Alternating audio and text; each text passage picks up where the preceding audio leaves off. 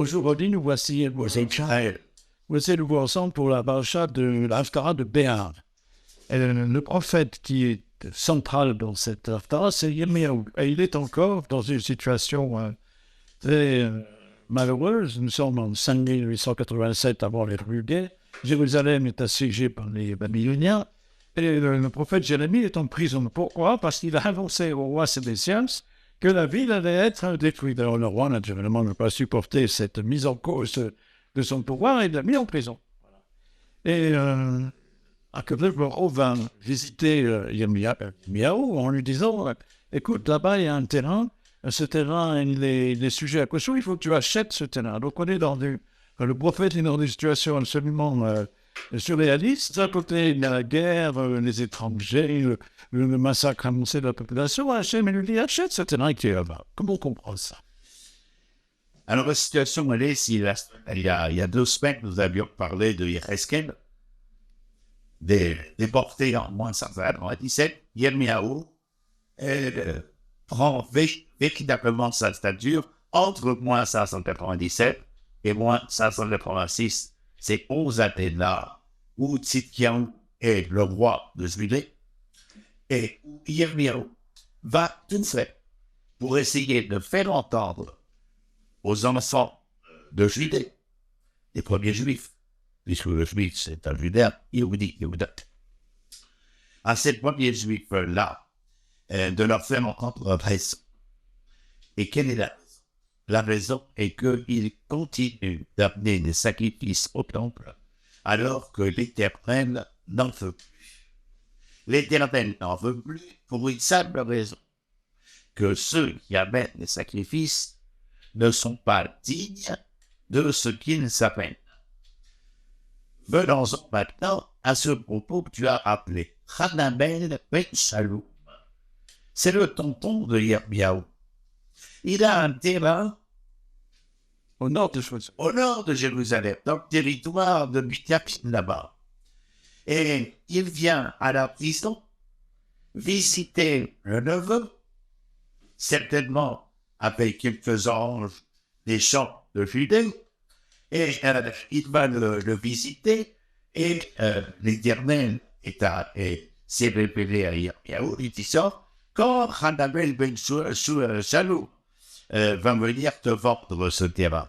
Oui, ça peut paraître étonnant, alors que nous sommes, comme tu l'as précisé, dans des événements les uns plus dramatiques que les autres, bien entendu. C'est la fin, ce sont les dernières années.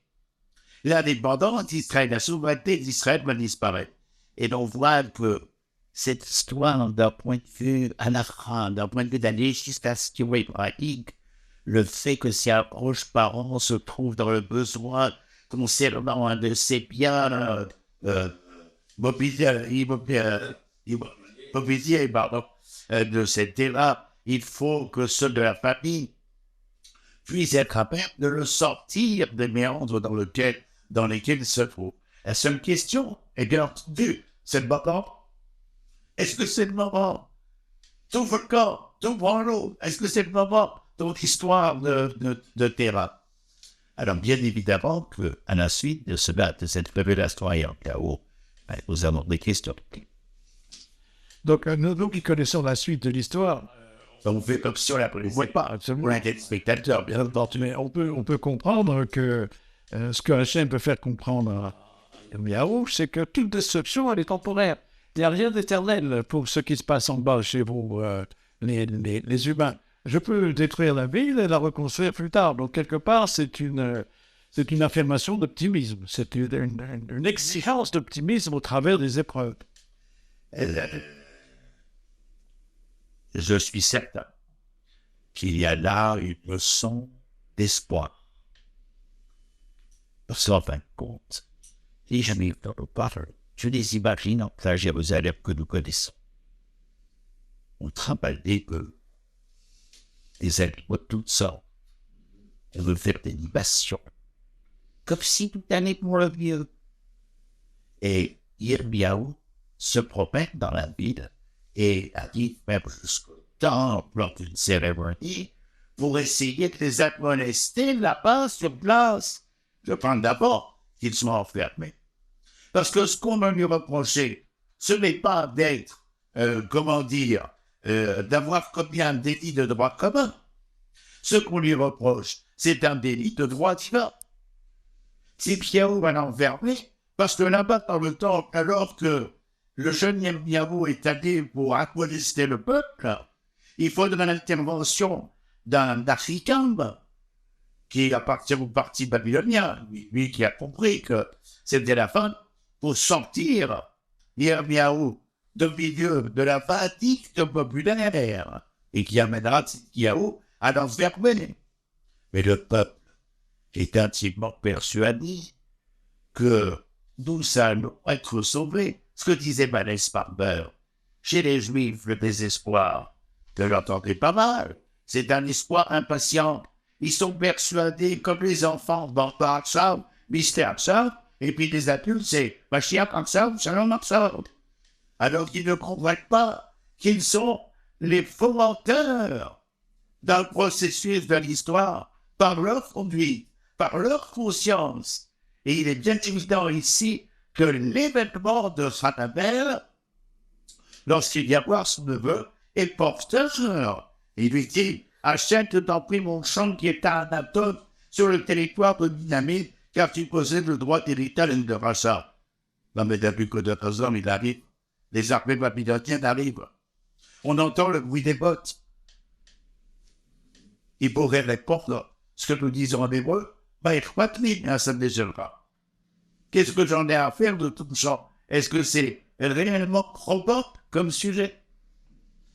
Et une fois qu'il a signé l'acte d'achat et qu'il a déposé dans une urne le contrat, Hachem lui dit un jour viendra et des maisons, des champs et des vignes seront à nouveau achetées dans ce pays-ci. Donc, Akadosh Baruch Hu veut signifier à Yirmiyahu, veut lui signifier que à travers l'épreuve, il y a une sortie à l'épreuve. C'est moi qui vous envoie l'épreuve pour que vous contraindre un processus de tchouva, mais sachez que le soleil brillera encore. Il y aura encore des vieux sur les places de Jérusalem et on récoltera encore le raisin et on aura à nouveau encore l'occasion d'aller dans le temple et de servir comme il convient. C'est important le mot que tu as employé. L'épreuve.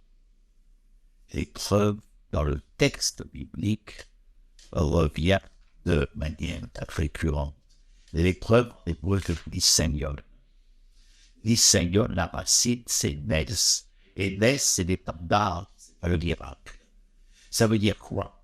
Ça veut dire que oui, face à l'épreuve. D'ailleurs, depuis la nuit des temps, qu'on soit jeune à l'école, ou qu'on soit adolescent au lycée, ou qu'on soit un jeune adulte à la faculté, et par la suite dans la vie, tout le monde sera mis à l'épreuve. Vous savez pourquoi? Parce que le rapport entre les verbes Nisayon, épreuve, et le verbe racine, nest et d'art, c'est que si vous êtes capable de vous mesurer aux épreuves, vous en ressortirez grandi.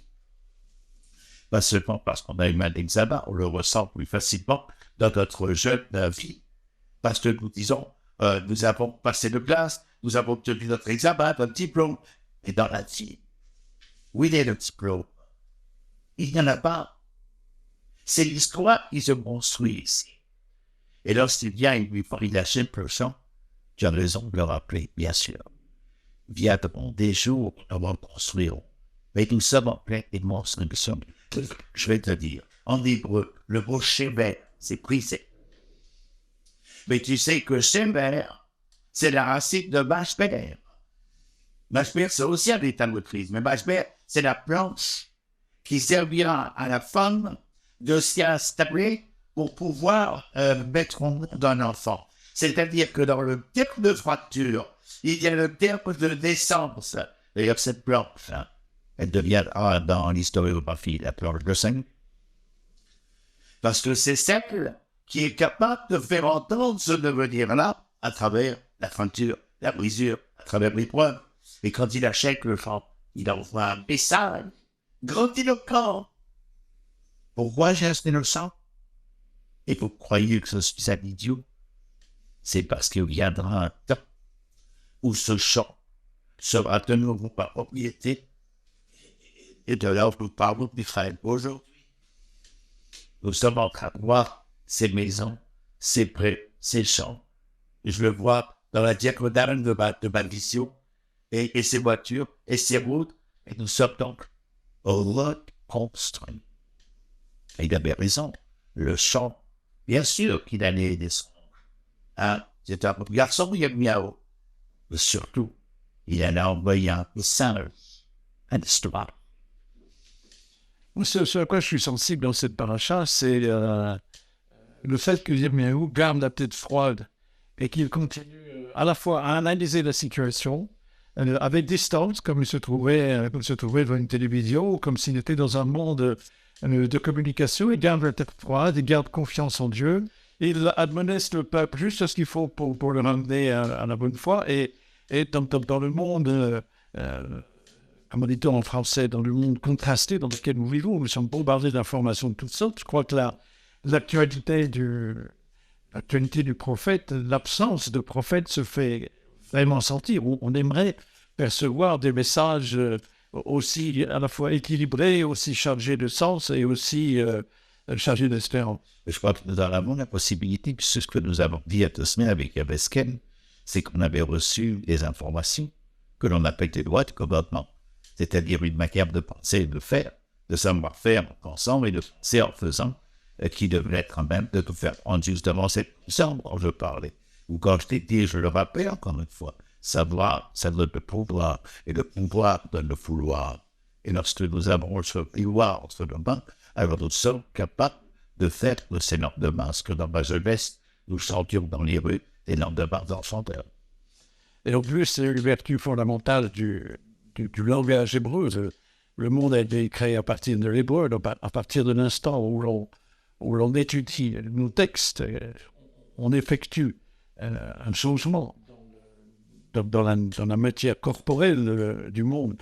Et ça, il faut s'en souvenir. Je veux dire, l'hébreu n'est pas l'une des langues des 70 nations. Et je vais te faire un cadeau. Quand tu veux lire l'ikro en hébreu, la racine, c'est koufresh aleph. L'ikro, lire. Mais la même racine koufresh aleph veut dire kriya. On appelle le point d'exclamation siba kriya. C'est-à-dire que lorsque tu lis, tu es interpellé. Et lorsque tu te sens interpellé, sois capable d'aller lire ce que l'histoire écrit. Et là, un petit clin d'œil personnel, chaque fois que je rentre vers notre maison dans le nord du pays, justement, il y a toujours un feu rouge sur la route de Jérusalem au nord, et on est tout près de Nanel à ce moment-là.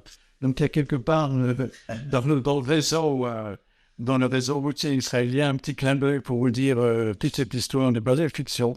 Elle a eu lieu, elle a réellement existé, et la preuve, c'est la raison. C'est la raison. Notre volonté de vouloir faire ces émissions depuis plusieurs mois maintenant, c'est de permettre de faire entendre aux gens que l'étude de la Torah, elle passe par l'étude du Tanakh. Et c'est la raison pour laquelle la Mishnah dira c'est-à-dire que d'un point de vue didactique et pédagogique, le commencement se fait par la Mikra.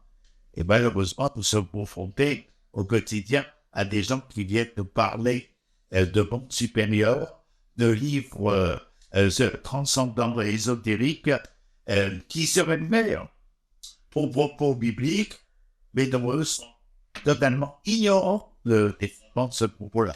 Voilà, c'est ce que nous apportons aujourd'hui. Merci, René. Merci à vous.